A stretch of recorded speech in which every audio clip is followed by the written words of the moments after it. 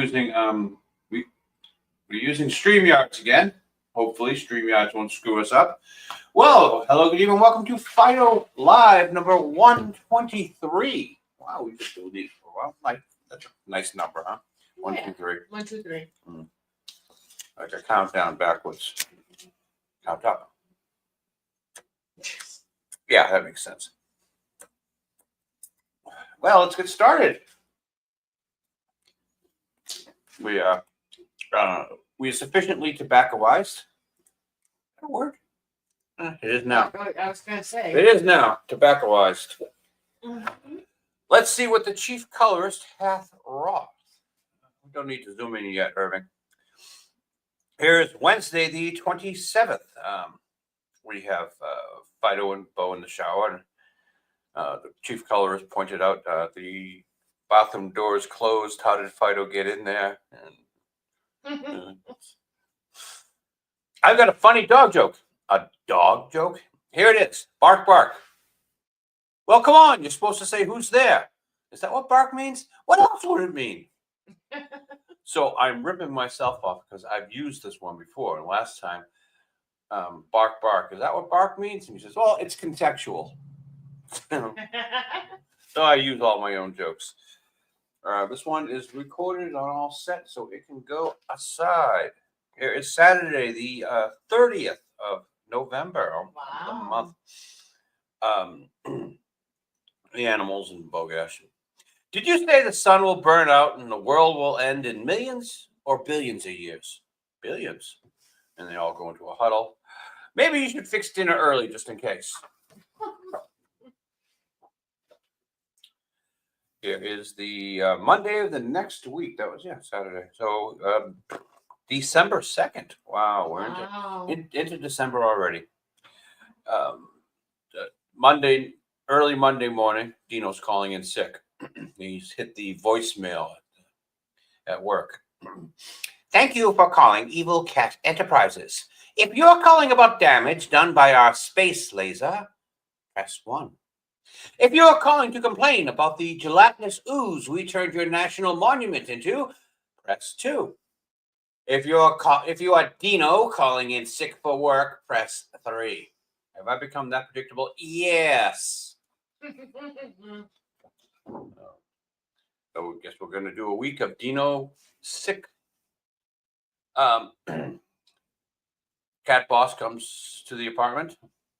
Greetings. Since you stayed home sick today, Dino, I brought your work home for you. And we have Bo at the laptop, Mia standing guard next to a sick Dino. And for the fun, Fido is here eating potato chips. It's his comic strip. He can do what he wants. That's right. Cat boss steals a chip.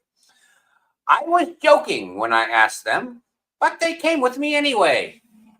You ever have the kid who'd bring your schoolwork home for you when you were sick? Oh, what a friend, huh? Here we have Wednesday. According to Evil Cat Enterprises company policy, if you are sick, you have to go to the company doctor. Oh, okay. To see if the virus you have is one of ours. In which case, your pay will be docked, you thief. Dun, dun, dun. And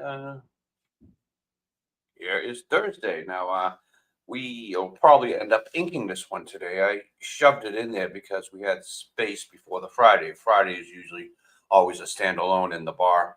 But since we're already in the bar now, oh well. We have Dino there. He's in the background at the sitting on the doctor's table. You can still see the dartboard in the background, so it's still the bar. Cat boss sitting on the edge of the bar, and the doctor. The doctor says, Dino does not have one of our viruses. In fact, he's not sick at all. Not even a minor cold. Nope, perfectly healthy. Well, give him something. Wouldn't that be unethical? You're right. Charge him for it. So we've got to ink that one today. I'll stand up here. And here is the Friday that I spoke of. It's a standalone. Has nothing to do with the storyline of the week. But Dino in his beer. And the beer says, hey, Dino, that woman over there likes you. Shut up. I'm not listening. Besides, she's with someone. You're better looking than him. Give me something else. Beer always gets me in trouble. And he's got a whiskey now. That guy doesn't look so tough. Yeah, the whiskey's gonna help him out. Yeah, This no, one can go to the chief colorist to finish, Oh. I believe. At least What am I finishing? no idea. Do find something to do with it. Here is the Saturday. We have Fido and Dino again. Are you any good at puzzles? What are you doing? Crossword, Sudoku? Nah. I got to select all the squares that contain cognate improper integrals. See, you're looking for the equation where the answer is unbounded and tends to infinity. Get the actual formulas here. Didn't they teach you math in school? I didn't need it. My phone has a calculator. That's right. So if anyone knows these cognate improper integrals, the answer to this tends from infinity to 1, and this one from infinity to 0, and this one from infinity, so from 2 to 0. So it's more. This is the easy one. Just got to find the sign and x dx and solve for x. Well,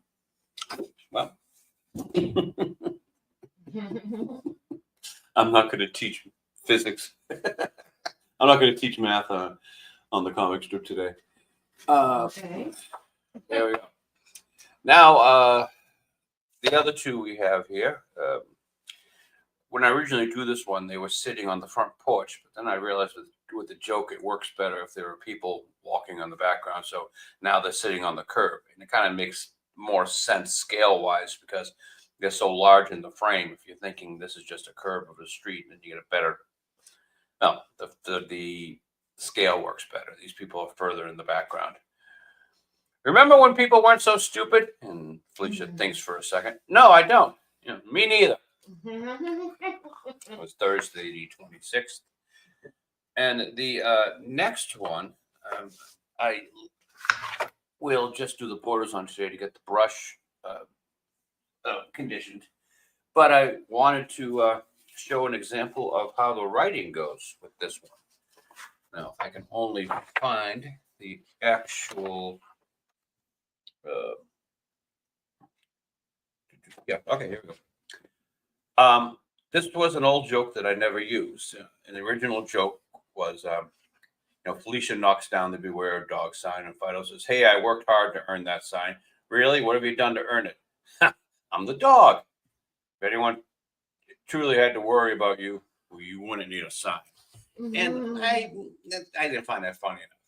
So it went through transformation. Again, second writing was, hey, that's my sign. Now, how will people know to fear me? If anyone truly had to worry about you, you wouldn't need a sign. And it says, but that's too much work.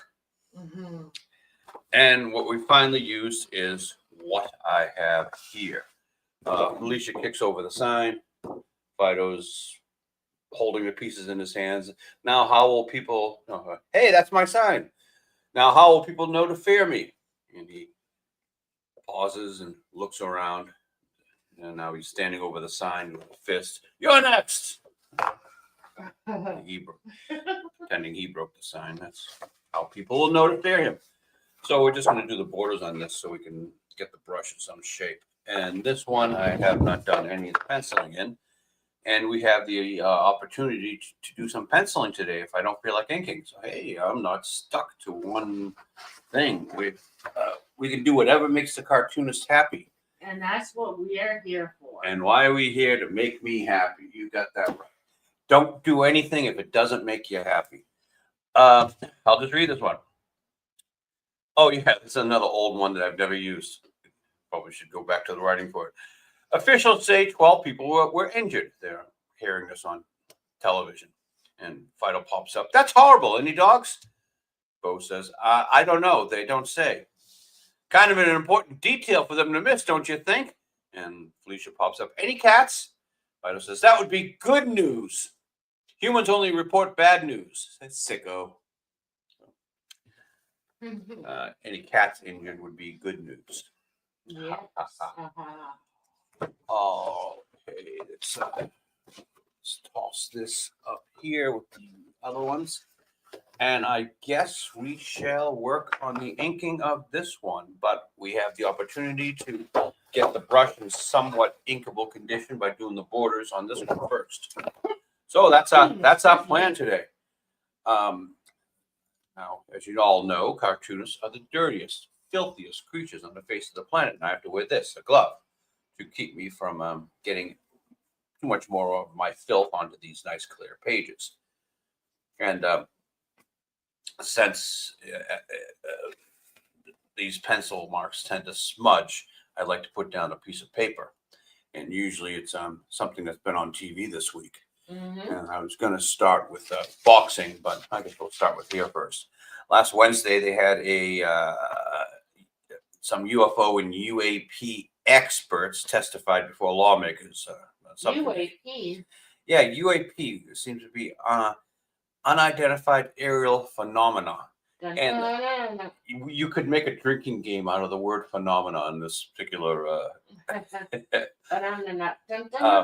Let's see. We have this is Louis El. Is that how you pronounce it? Yeah, Okay. Elizondo. I think he's the admiral. Let me be clear: UAPs are real. Advanced technologies not made by our government or any government are monitoring sensitive military installations. Furthermore, the U.S. is in possession of UAP technologies, as are some of our adversaries. And this is journalist Michael Schellenberger by my book. He's the author of a 214-page report. It has a timetable of our alien encounters since 1947 to 2023. And he's the whistleblower who has revealed the existence of the Immaculate Constellation. Now, apparently, you can get in trouble online for saying that, Immaculate Constellation. Well, then I don't know how the computers will figure that out, because I might be saying constipation, or I might be saying anything else. Those Matrix robots something to so it's a secret come back. Government program that exists that gathers alien technology.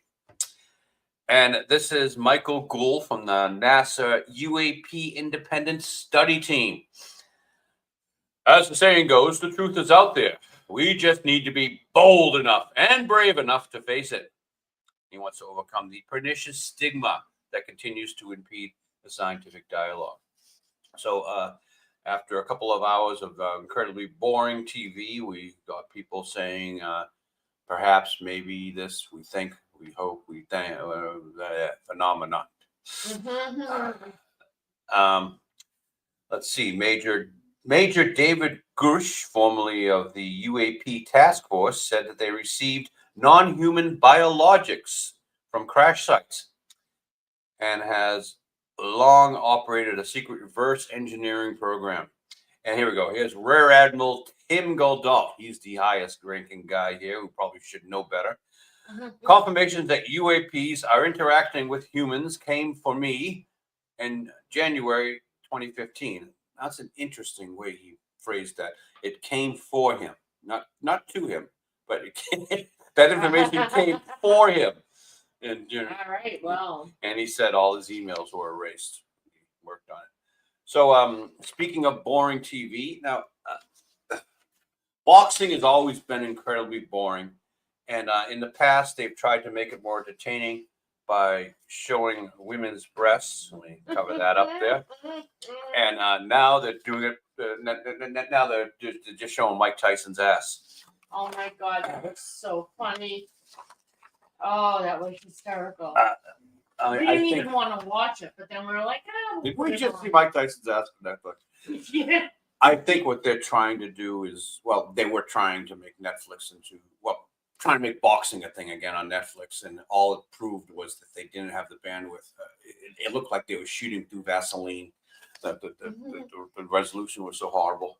Oh, so, I don't know. I could see his ass pretty well. And I noticed, well, when this happened, we both said, did we just see Mike Tyson's ass? So I had to rewind back so I can go back and get this picture. And after that, we got buffering problems, and we really didn't get the fight back until the second round of Tyson. So I think everyone in the world crashed the site when they went back to see Mike's ass. Mike's ass crashed. Mike's ass crashed Netflix. Well, speaking of asses, the Masters of the Universe moves from Netflix to Amazon for summer 2026 release, and Travis Knight to direct. Now, the interesting part of this variety story is not that it's going from Netflix to Amazon. No, they actually gave us a synopsis. Oh me, oh my, a synopsis.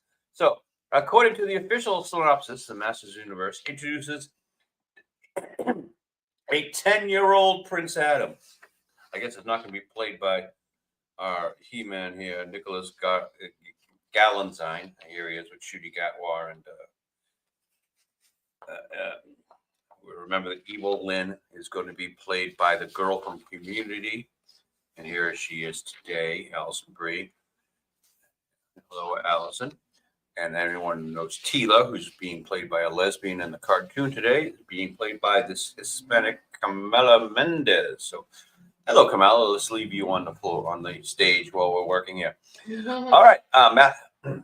10-year-old Prince Adam, who crashed to Earth in a spaceship and was separated from his magical power sword. I hate when that happens. The only link to his homeworld on Eternia. Didn't they already do something stupid about bringing him into Earth? One of them. It was horrible. Well, I guess they were trying to save money, so they figured they'd shoot it in Southern California. After tracking it down almost 2 decades later, I guess the sword, the synopsis explains, Prince Adam is whisked back across space to defend his home planet against the evil forces of Skeletor.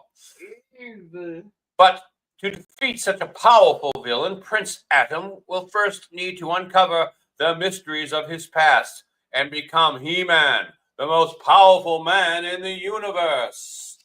So, yeah, I do not feel positive about this film.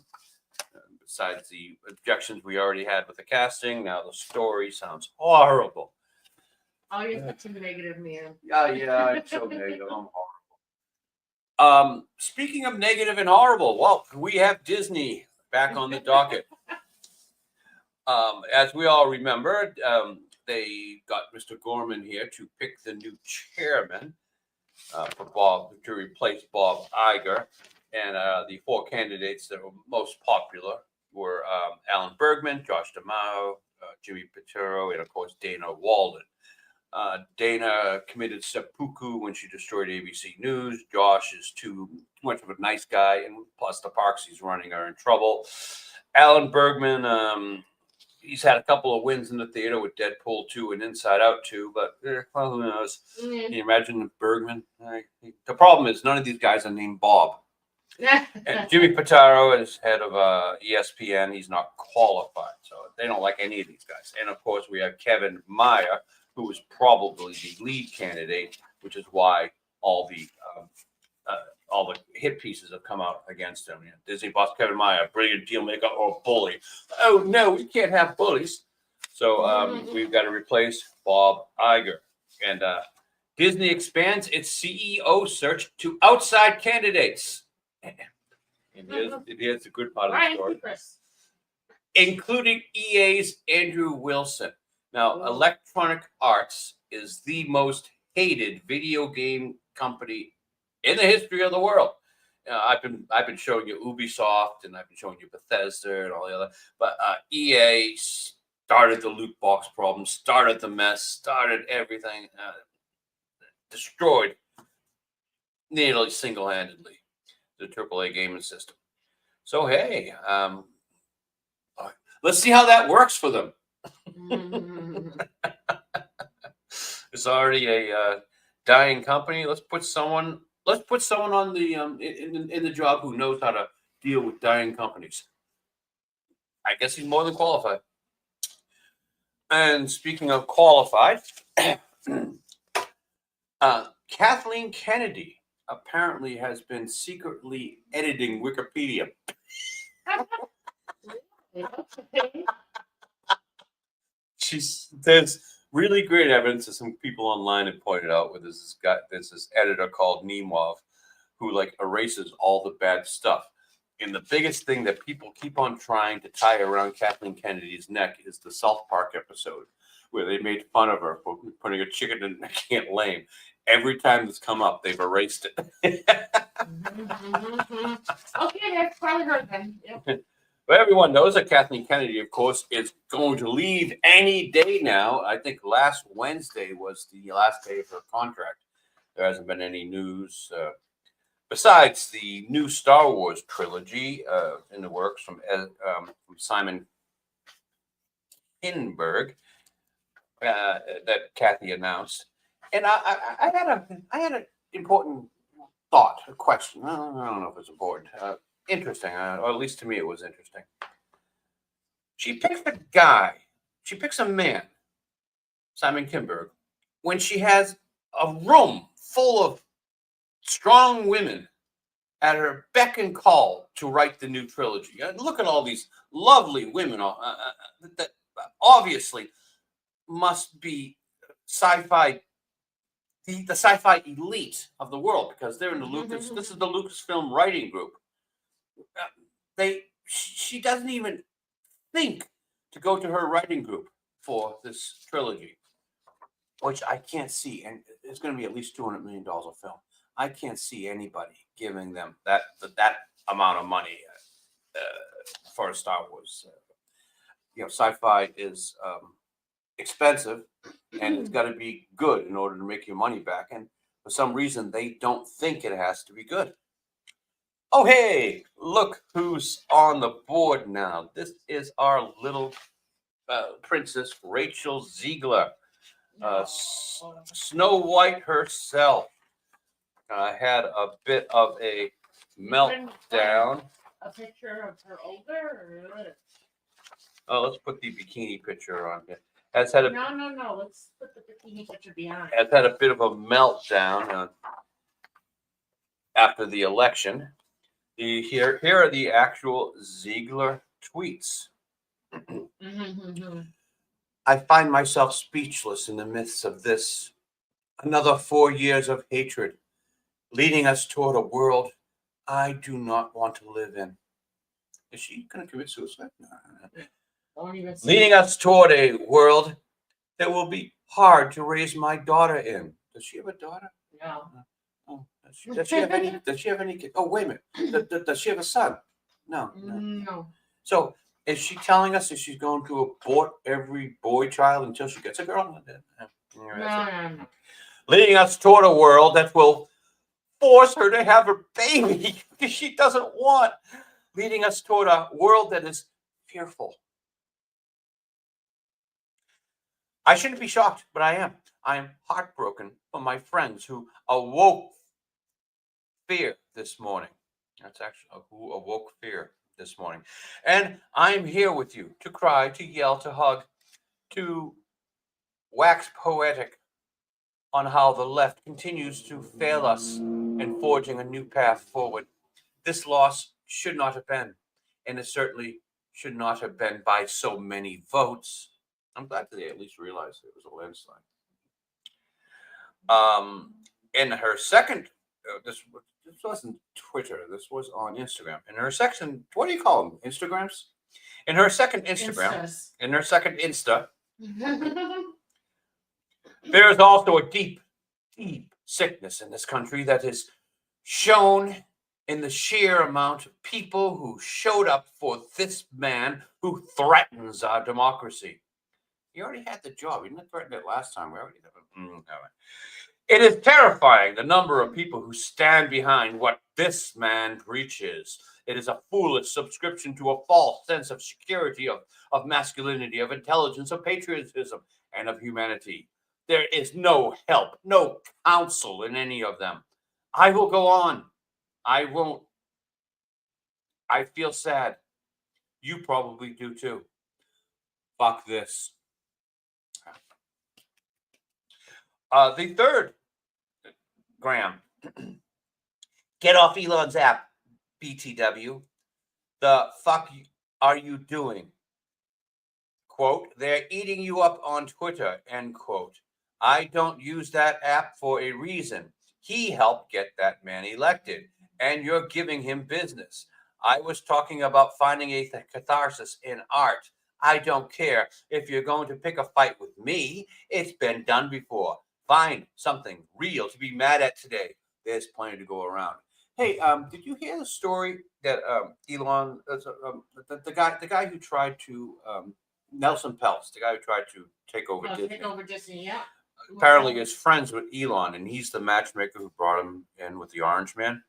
Oh. But he said when he called on Elon to, come to the meeting, Elon was in Pennsylvania talking to the Amish.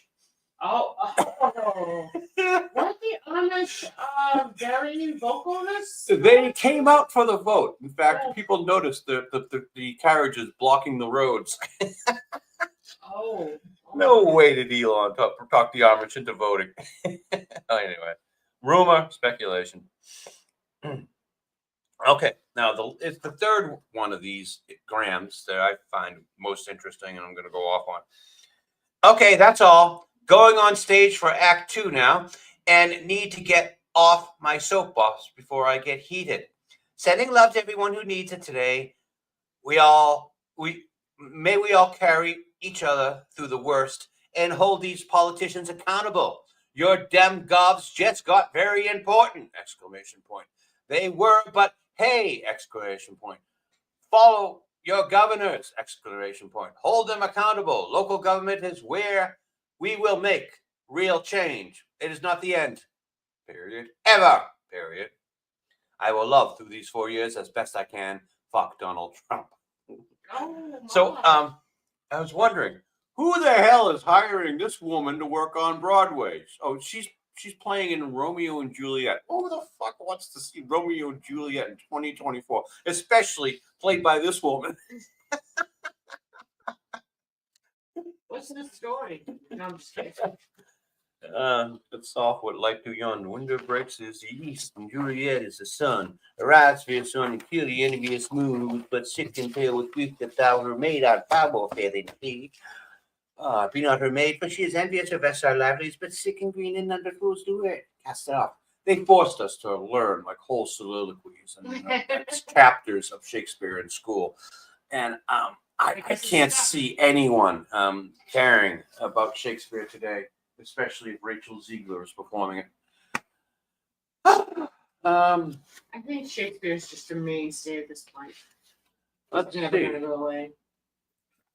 Where are we? Did I do everything? Because I'm pretty sure I had something I really wanted to get to.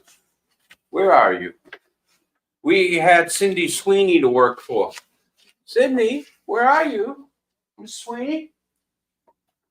Are you in with Disney? No, not in with Disney. Miss Sweeney? Oh no. There's Mike Tyson. This is all. There we go. How could I confuse Sydney Sweeney? Oh, and there's also a few other things. Now that we're done with Rachel Ziegler. Oh, last item on Rachel Ziegler before we finish here. They forced her to apologize. Oh. And Ryan on RK Outpost noted that it's nothing like her writing style. Well, I'll read the apology. Hi, everyone. I would like to sincerely apologize for the election post I shared on my Instagram last week. I let my emotions get the best of me. Hatred and anger have caused us to move further and further away from peace and understanding, and I'm sorry I contributed to the negative discourse. This week has been emotional for so many of us, but I firmly believe that everyone has the right to their opinion, even when it differs from my own.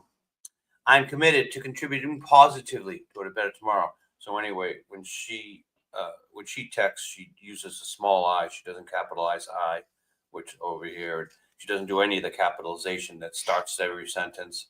This was obviously, written by someone else and cut and pasted in there with her just, giving everyone an FU. I guess they forced her to retract her screed. So as Ryan pointed out, RKO post, it's a bullshit tweet or gram. Hey, this is a photo of Anthony Mackie in the second week of November doing the fourth set of reshoots for his Captain America film, which is scheduled to premiere in February. Let's see, November, December, January, December, January. Wow, he's cutting this close, isn't he?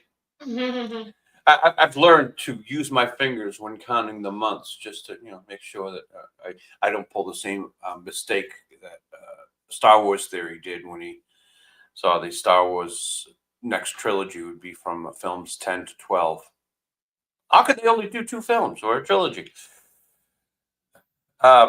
Anyway, the director apparently was replaced, but then Comics News says no, that's not true. He wasn't replaced, but who knows? I bet he knows. Well, if he does know, he's not going to say anything because he wants to continue working in Hollywood. So good luck with Captain America. Hey, as I promised, here's Sydney. Here's Sydney. We have Sydney Sweeney news. Yeah. Come up. There we go.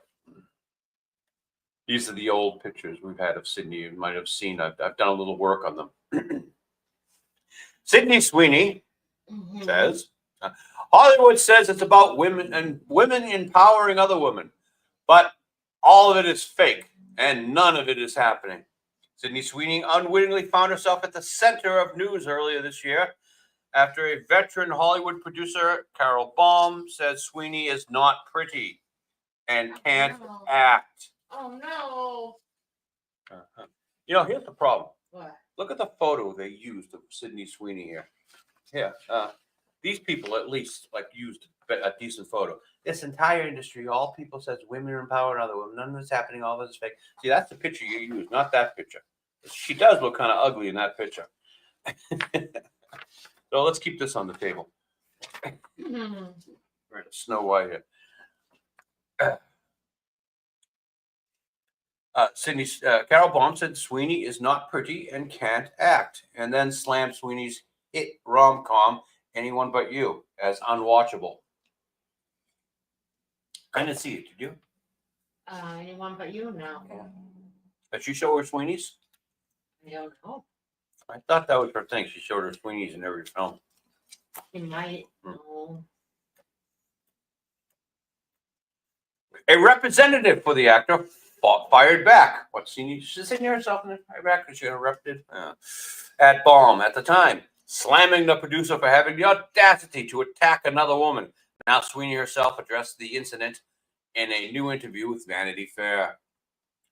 You see, Vanity Fair is really trying to become relevant lately. I've been seeing more and more crap from them. Here's Sydney. It's very disheartening. It's very disheartening to see women tear other women down, especially when women who are successful in other avenues of their industry see younger talent working really hard. She's working really hard. Hoping to achieve whatever dreams they may have. And when trying to bash and discredit any work they've done, Sweeney said, the entire industry, all people say is women empowering other women. None of it's happening. All of it's fake and front for all other shit that they say behind everyone's back. So, women have always backstabbed other women. What can I say? Charles, your misogyny is showing. Yes, I know. But I'm only bringing the story up because Sydney Sweeney's in it, and I get an opportunity to put her in her underwear on the board. Woo-hoo! Yeah, I think they Variety purposely picked that photo of Sydney. That's a very unflattering photo. So I always like to put flattering photos up because why not? Oh, Sydney will join us today. Let's finally get some work done. Alrighty then.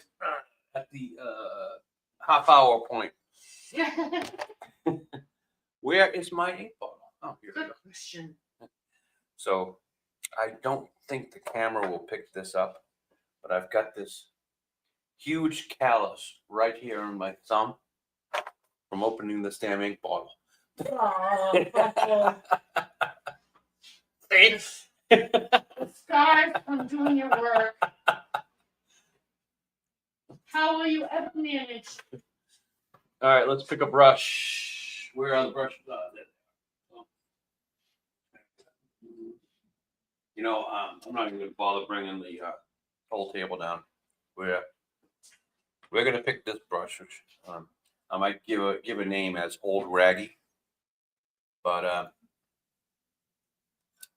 it's one of the few brushes left that will give me a decent enough point to ink small people, small characters. There are no small people, just small characters. I thought we were supposed to call them little people, not midgets. We didn't say that. You just did. Now, let's see if we can get enough ink on this brush. And we're going to do the panelings first, just so I can get the brush conditioned to do its job. And it gives you an opportunity now to see a real professional cartoonist use a brush to make a straight line. I know this might sound controversial, but you use a ruler. Oh no. And in this case, it's an old wooden school ruler that has a old growth wood, because the new stuff, horrible at all. It still thinks it's a tree. You know, it's wavy. And you've got a nice little metal edge here that grips the paper nicely. You keep the ruler tipped on a slight edge and run the finial along the edge.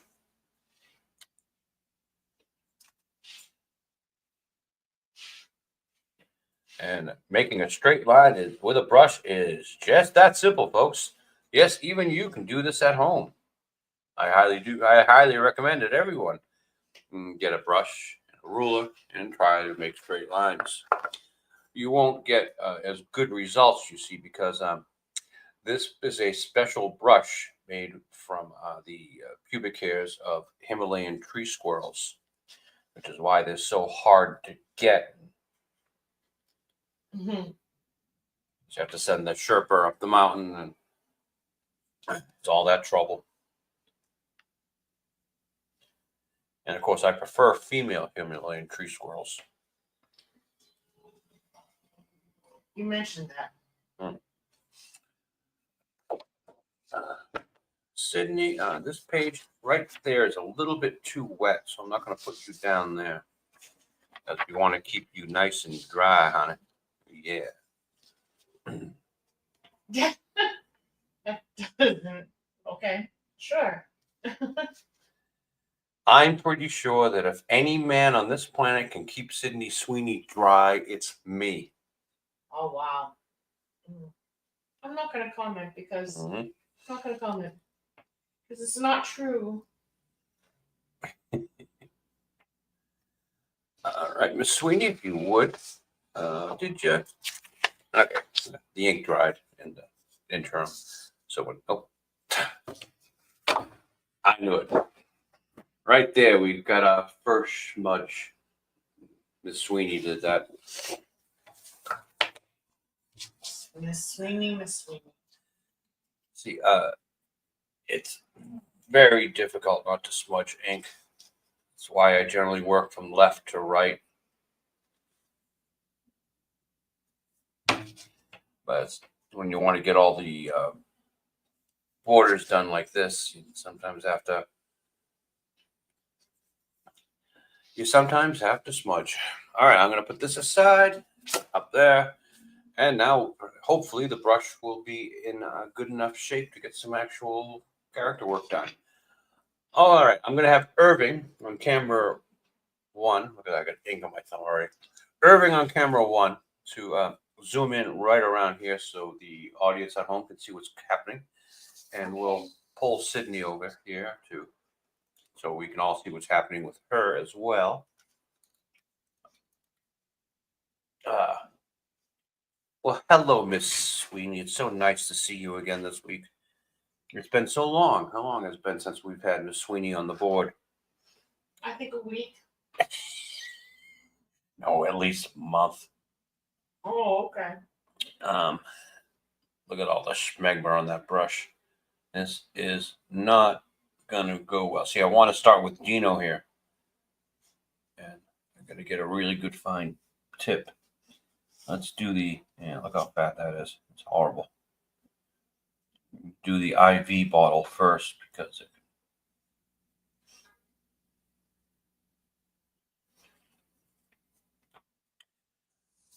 now it's hopefully we can make a fine Dino here. The reason why I work in brush is to stop me from making too fine a line. Because when this stuff gets shrunk down, any line that's too fine just turns into mush. It's a big waste of work. The brush forces me to have a minimum thickness of line. That would be whatever point I'm able to get on a brush. But I do try to find pointier brushes. I still always use a number 8 round, but I would never go down to 7 or 6. This is my challenge. It's my challenge. My struggle, mein Kampf, as it were. Oh, no. That's my struggle. What? And he wonders why he's demonetized. Yeah,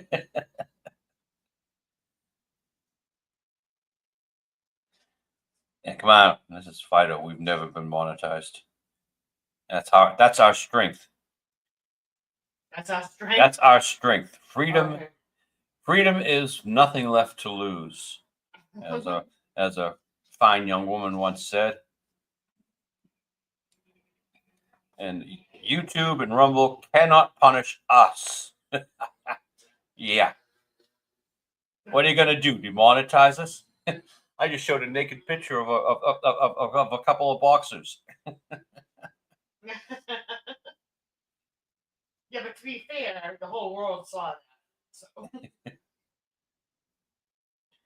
Everywhere online, it's blurred. Not here on Fido the Comic Strip. I'm almost ready to pull Mike back on the board here. Get rid of Miss Sydney Sweeney. Did we just see Mike Tyson's butt? Thought I'd never say this, but hey, Mike, why don't you replace Sydney Sweeney?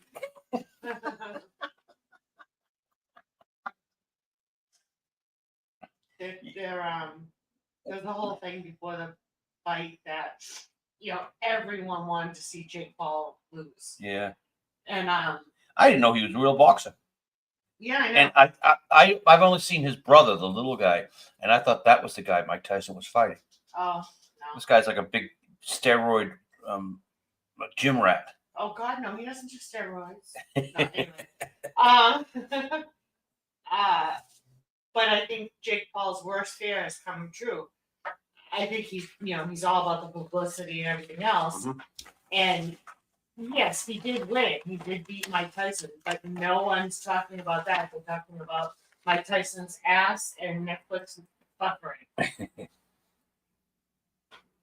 What struck me most about Mike Tyson's butt is how flat it was. I expected him to have like a big bubble butt. Well, that's why it took a second to figure it out. I was like, did we just see his ass? Mm. I mean, that's a white boy ass. My ass looks like that. Just a different shade. But like, what is he? Is he wearing chaps? What the fuck is? What is he wearing? It's like a. I think it's like a. It's a G-string. Yeah, thong G-string. I don't think he's got some string going right up the crack center there. Yes, he does. Yeah. That's where a thong is. Yeah, I don't know. Well, yeah. What else would hold the front part? Oh well. And just off the edge of the screen here, we have. Oh, sorry. What'd you do? Did you just? I looked at it. Oh, We have this is boxer Daniela Helmsley, who tried to resurrect her sport by showing her Helmsleys. Let's get her off the screen. Can this sort of stunt save boxing? oh, I don't think that was a stunt. I think Mike Tyson just walks around naked and just didn't even realize he was naked. Why did the cameraman linger on it so long? You say the cameraman lingered. The cameraman followed him. Usually, when an interview ends, the cameraman stays on the interviewer, and the interviewer gives some closing remarks. That was Mike Tyson saying that he will knock him out in the first round. Well, good luck with that, Mike. Whatever. No, the cameraman turned and followed Mike. Yes, but no. Yeah, the camera did lift once he realized what he was seeing. So, hey, title for this one: I like boxing, but.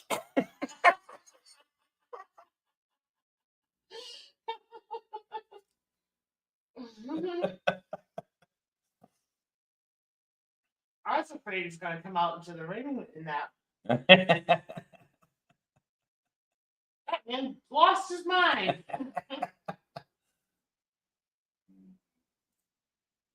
and in the right corner, oh my God, wearing nothing. I seem to remember a fight when the boxer took his robe off. The announcer went, "Oh my!" He was really out of shape. Oh.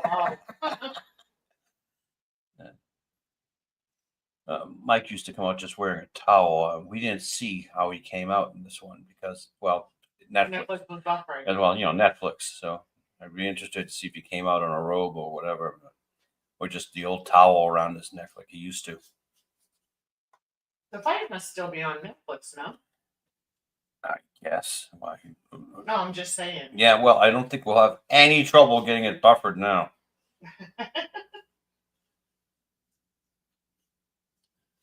You'll be alone watching it. Boxing is a boring sport. Let's be honest here. It cannot compete with MMA. Ever since we started getting MMA, it was something worth watching. You were gonna say? It kind of proved the point because it's crashed just before their fight. Which I'm not saying that there weren't people watching it before, but everybody came in at once just before their fight. They had a couple of women fighting, and everyone saying, "Oh, the women did a great job." No, I saw most of that fight. It was still boring. Mm-hmm. The women tried really hard, and I don't like seeing women hitting each other to begin with. It's just not the sort of thing I was raised for. I had two older sisters, and they beat the shit out of me. But I was always taught never to raise your hands to a woman. That's how they beat the shit out of me. There's a picture. I want to say it's from Seinfeld, but I'm not positive. It's 3 elderly men, and they're in hospital beds all next to each other. Mm-hmm. And they don't look sickly, but they are in hospital beds. It's 3 people we know, but I can't think of their names right now. And everybody, they're putting the picture up, and they say, "Hey, Jake Paul's next 3 fights."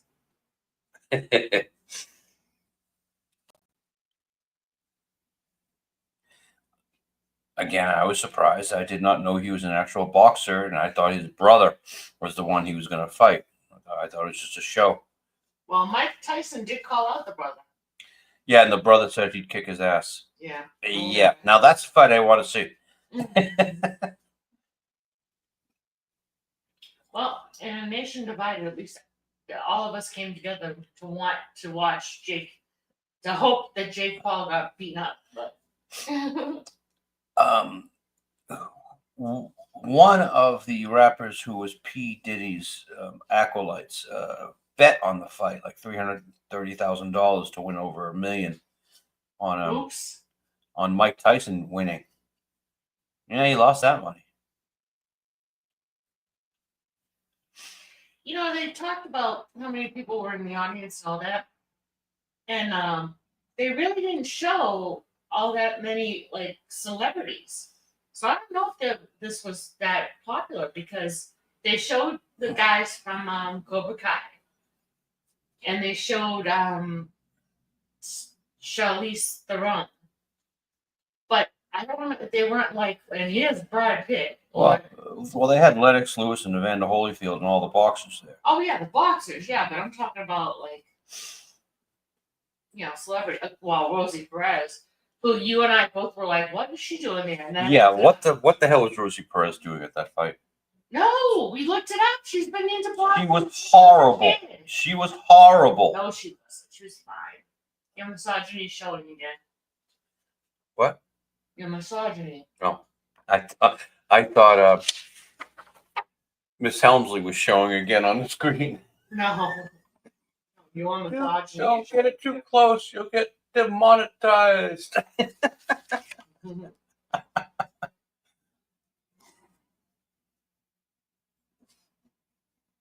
Well, according to the guys we listen to on YouTube, YouTube isn't demonetizing people as much. Yeah. They're allowing more things through. That's good. No, they're not monetizing people at all. Well, yes. Yeah. But the people who are monetized, they're allowing more things through. Yeah, well, I just follow the rules. That's just me. I'm one of those rule following guys. Hey, this should show my complete non-homophobia because I've got my hand on a man's ass and no fear whatsoever. Get out of here. Hello, Sydney. Welcome back.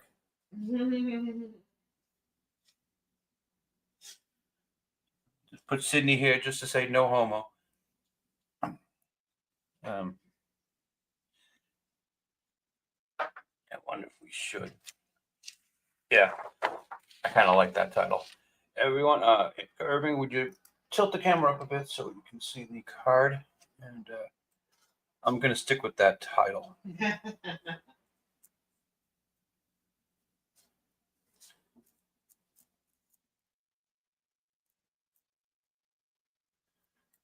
I like boxing ... but UTT. There we go. We've got a title. Mike, Sydney, please join us. And Irving, put the camera back to where it belongs. We've almost reached the hour point, and we already have a title. We're doing well today.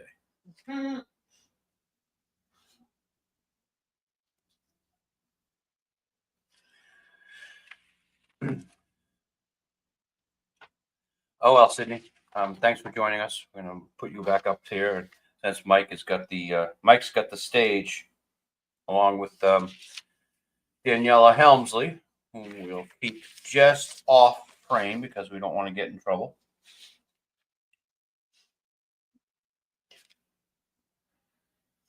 You know, I've never heard of her, so I'm guessing that stunt didn't really. It really didn't help boxing. Yeah, No. I thought it would make her a star. She thought it would make her a star. Perhaps. Instead, I think it got her fined and perhaps suspended. Probably.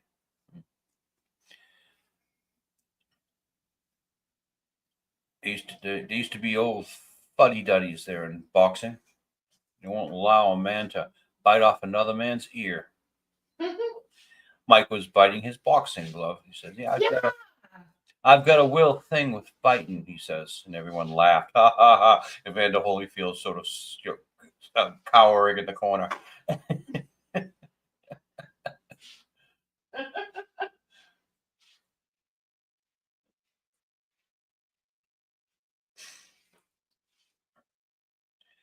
But it was interesting hearing the old boxers talk about how you defeat Mike Tyson. One of them, it might have even been Holyfield, was saying, "I've been fighting Mike Tyson since I was 15 years old." You know, they said we were looking for a good boxing partner, and we said, who's the best for a sparring partner? And they said, go to the Catskills. And we went to the Catskills, and there was Mike Tyson. This guy just goes, coming for you, coming for you, coming for you, trying to take your head off. And and you fight him like Muhammad Ali did Frazier. You let him hit you, and until he wears himself down.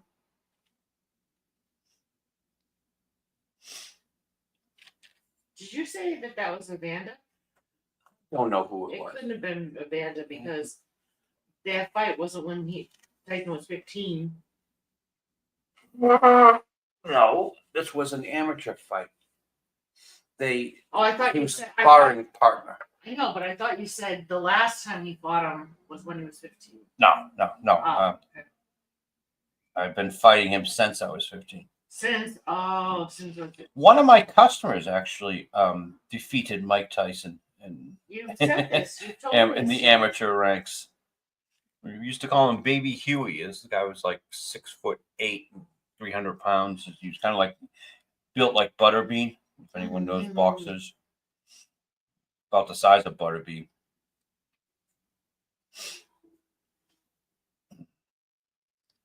But Tyson had such a legend about him in the era. He was just a monster. Spoke about driving people's noses up into their brains. And they had that slur of his speech, but then they tried to teach him how to pronounce things. So he would still have the speech impediment, but then he tried to pronounce it so clear and so. Oh. He was funny.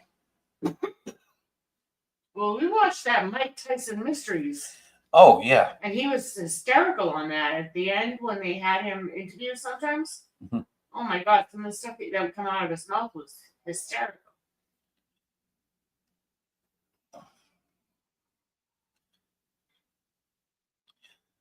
So I guess Mike goes back to solving mysteries with his adopted Korean daughter, a pigeon, and a ghost. No more pigeon.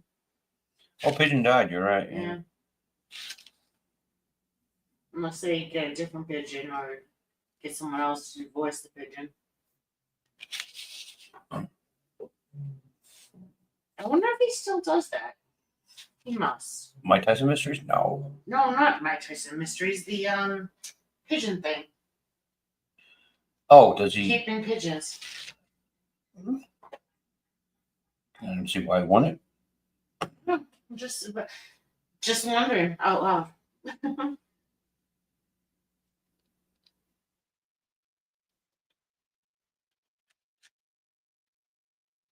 My father had a pet pigeon. Said they were very affectionate, very intelligent birds.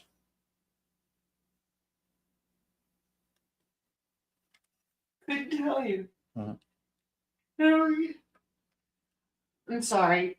My husband literally woke me up like 5 minutes before the show. So 15. yeah, sorry, 15 minutes before the show. There used to be more pigeons in the city when I was a kid than Yeah, there are you now. said that. Yeah. When was the last time you really saw a pigeon? I haven't seen one since I was really in the city. And they were hanging around a garden in the commons.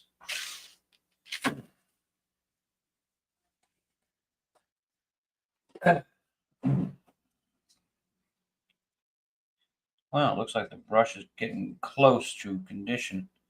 I think I can trust it. 3, 4, 5, 6. 1, 2, 3, 4, 5, 6.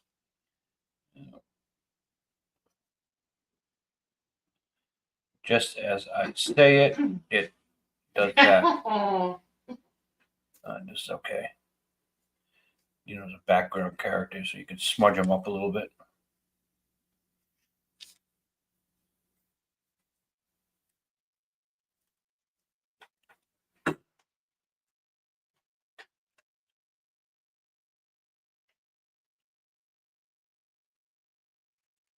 So another problem that Netflix is going to have to solve if it's going to do live sports is whether they're going to have a delay so that they can edit stuff like this out. Oh, that's a good question. Or when you think about it, they are not beholden to the FCC I was regulations, just gonna say that. so they can actually have nudity. Eh? Yeah.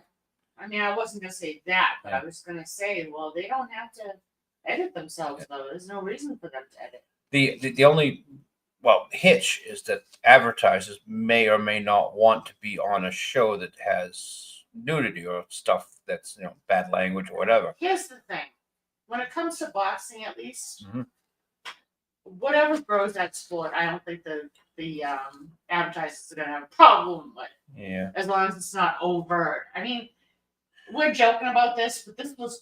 I know you say that he lingered and whatnot, but this was quite funny and just kind of innocent. It was like, holy crap, what's he wearing? That kind of thing.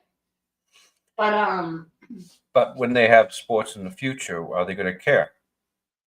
Would be the question. I say they're not going to care because as long as it gets the ratings, yeah. Yeah, they're going to try to build up the sports, and if people aren't complaining. I mean, I'm not saying that Bob's local church or something is gonna be a sponsor, but Greco-Roman wrestling was incredibly boring, and they turned it into what it is today. And they might have to do that with boxing to make boxing a more interesting show. You might have noticed that they had some ring girls, very very healthy sets of lungs on them on this particular broadcast.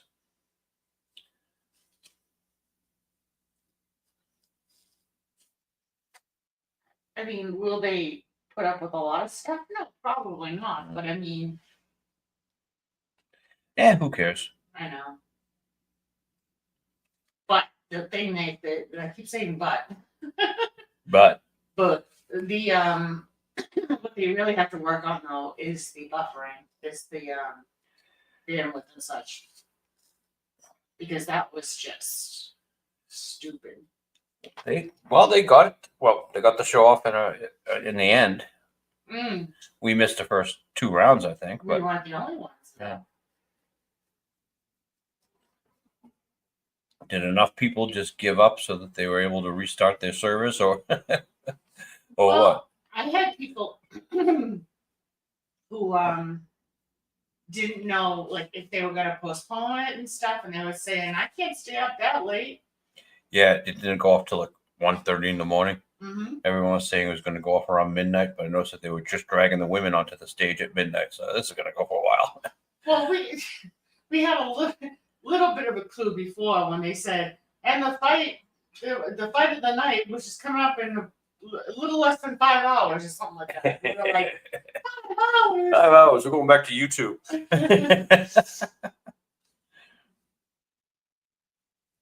Did that man just say 5 hours?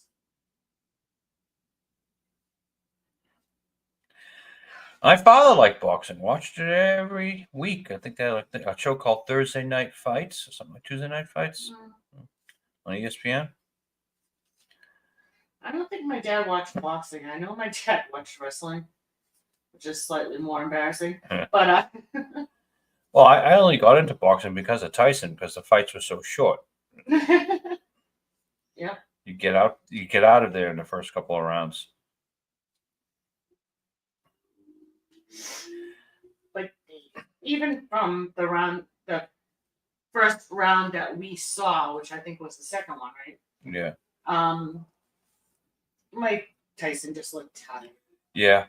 And not in a pathetic way, but just in a why are you doing this, Mike? His legs look tired, and he's wearing this brace on his knee, making you think, oh, the poor old man's got arthritis already. Yeah, exactly.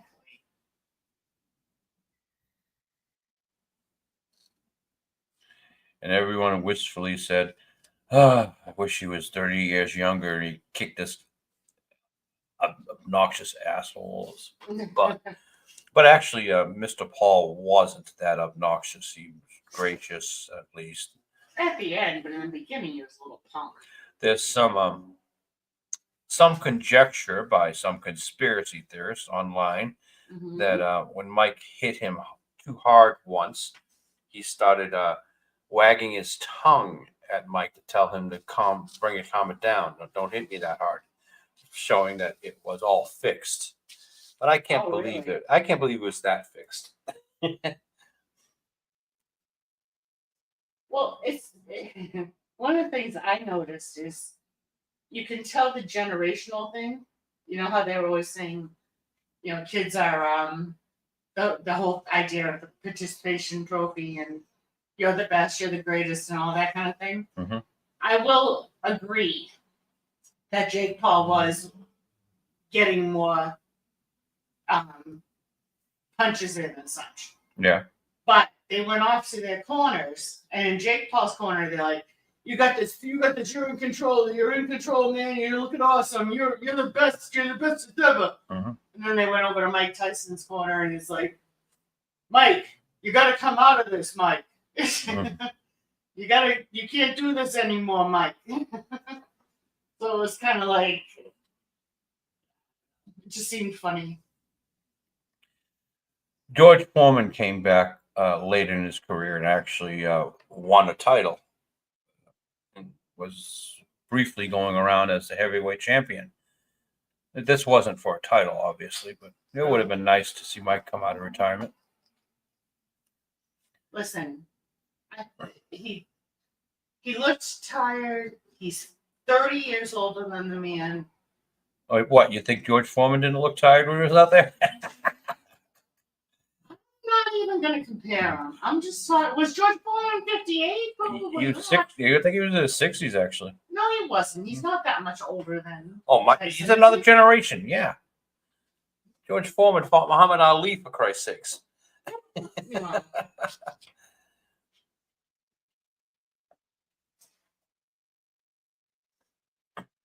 Okay, but how many years? Sorry.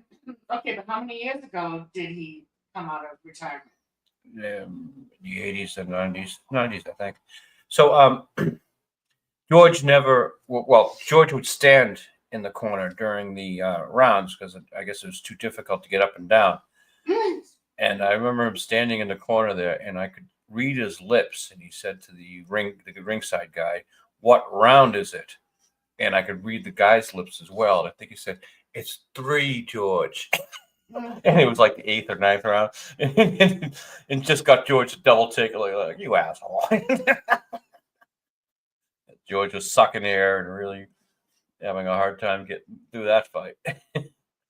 Okay.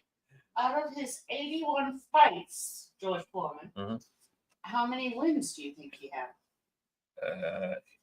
76. Exactly, 76. Yeah, what? No, that was good. Oh, I'm good at trivia. You knew that? Who doesn't? Oh, you know it. My opportunity to be arrogant. It was a guess. And you never miss one of those. That was a guess. I know.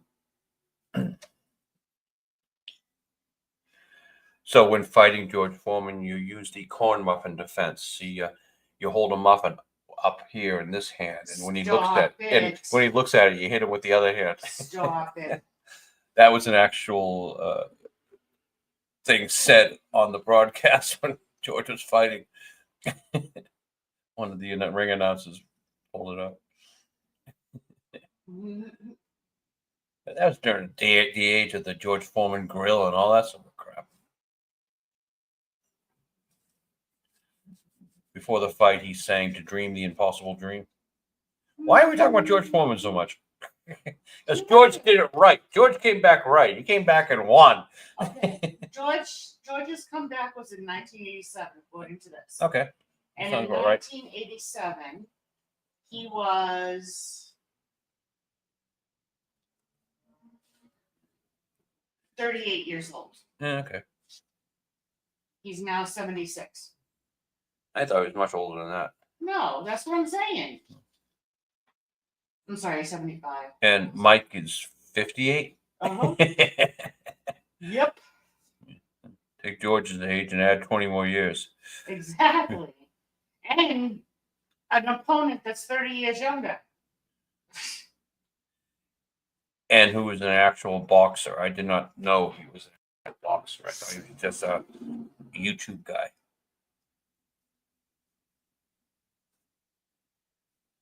He's one of those people, though, Jake Paul, that even if he were to like cure cancer, I think people would just still Just like him. just like him. He just can't be like. Well, the little thin guy who was his brother came off as a real asshole. So They're both assholes. Jake at least was trying to be properly Because respectful. he wasn't. He was Properly respectful to Mike Tyson. Yeah, because if he wasn't, that would have been. I mean, Probably bad for his career. yeah, I would think so. Mike's doing him a friggin' favor coming out here. Yep. They're all making money because Mike decided to show up. Yeah, Mike didn't need that fight. Yeah, boxing needed that fight. Exactly. And it really didn't help them, which is too bad. And if it was staged, they should have had him win because that. Yeah, it wasn't staged. Because the better story would have been Mike winning. Yeah, the audience would have been happier. Oh, I just stumbled upon a tweet or an X, whatever they call them. Yeah, what do you call them, Elon? Are they called X's now? Or can we still call them tweets? Okay, this is from Mr. Tyson. Ah, can you use the proper accent? No, I really can't. This is one of those situations when you lost but still won. I'm grateful for last night. No regrets to get in the ring one last time. But this is what caught my eye. Awesome. I almost died in June. I had 8 blood transfusions, lost half of my blood and 25 pounds in the hospital, and had to fight to get healthy again. I fought, so I won. To have my children see me stand toe-to-toe and finish 8 rounds with a talented fighter half my age in front of a packed Dallas Cowboys stadium is an experience that no man has the right to ask for. Thank you. Okay, Mike, you went out classy. All right, everyone at home who is drawing a comic strip, I'm sorry. be sure to put the ink bottle, the cap back onto your ink bottle. And do not spill any ink on Mike Tyson because that would be disrespectful. That's right. He's a good man. We don't want to be disrespectful. He was in jail for rape, but he's keeps getting forgotten. But all right then. Well, okay.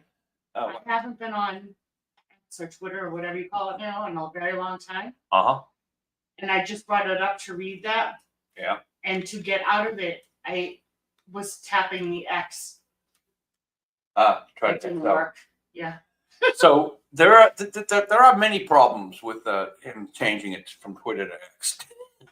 Oh, that was on me. Thank you for joining us for Fido Live 123. See everyone Bye. next week. Let's turn off Rumble first. Bye, And Rumble. say goodbye to all the good people at YouTube. And